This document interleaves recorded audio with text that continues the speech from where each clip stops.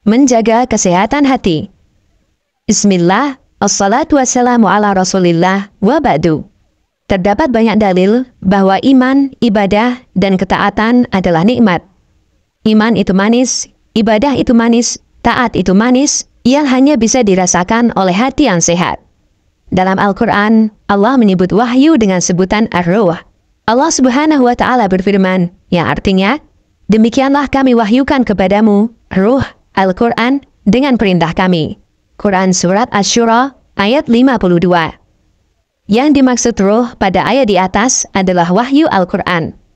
Rasulullah Shallallahu Alaihi Wasallam dalam beberapa hadisnya juga menyebutkan bahwa iman itu rasanya lezat. Di antaranya, dari Anas bin Malik radhiyallahu anhu, Nabi Shallallahu Alaihi Wasallam bersabda, yang artinya, ada 3 hal, siapa yang memilikinya, maka dia akan bisa merasakan manisnya iman. 1. Allah dan Rasul-Nya menjadi sesuatu yang paling dia cintai melebihi lainnya. 2.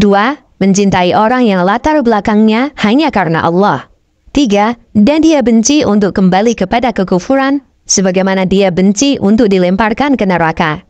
Hadis riwayat Bukhari dan Muslim. Kemudian, dalam hadis yang lain, Nabi Shallallahu Alaihi Wasallam menyebut sholat sebagai sesuatu yang menyenangkan. Dalam hadis dari Anas bin Malik radhiyallahu anhu, Nabi Shallallahu Alaihi Wasallam bersabda, yang artinya, ketenangan hatiku dijadikan dalam sholat. Hadis riwayat Ahmad, Nasai, dan dihasankan Syuaib al-Arnaud. Mengapa ketika ibadah kita tidak nyaman? Yang menjadi pertanyaan adalah, mengapa ketika kita melakukan ketaatan, kita selalu merasa tidak nyaman? Kita merasa tidak betah. Bahkan umumnya kita berpikir, bagaimana agar ibadah itu segera selesai? Bukankah taat itu nikmat? Sholat itu menenangkan? Ibadah itu rasanya lezat? Tapi mengapa seolah menjadi beban yang sangat berat bagi kita? Jawabannya adalah, karena hati kita sedang sakit. Sebagaimana ketika fisik kita sedang sakit, semua terasa pahit, meskipun sejatinya itu nikmat. Orang sakit diberi makanan selezat apapun, tidak akan bisa dia nikmati, karena semuanya terasa pahit. Bagi orang sehat, mandi dengan air itu menyegarkan, tapi bagi orang sakit, itu menyiksa dirinya. Karena dia sakit, sehingga tidak bisa menikmati yang lezat. Bagaimana penawarnya? Ibnu Qayyim menyebutkan teori pengobatan orang sakit. Teori ini berlaku dalam semua tindakan pengobatan orang yang sakit, baik sakit fisik maupun sakit hati. Kata Ibnu Qayyim, menjaga kesehatan berporos pada 3 hal. 1. Menjaga kekuatan atau hifdzul quwwah. 2. Perlindungan dari sesuatu yang memperparah sakitnya.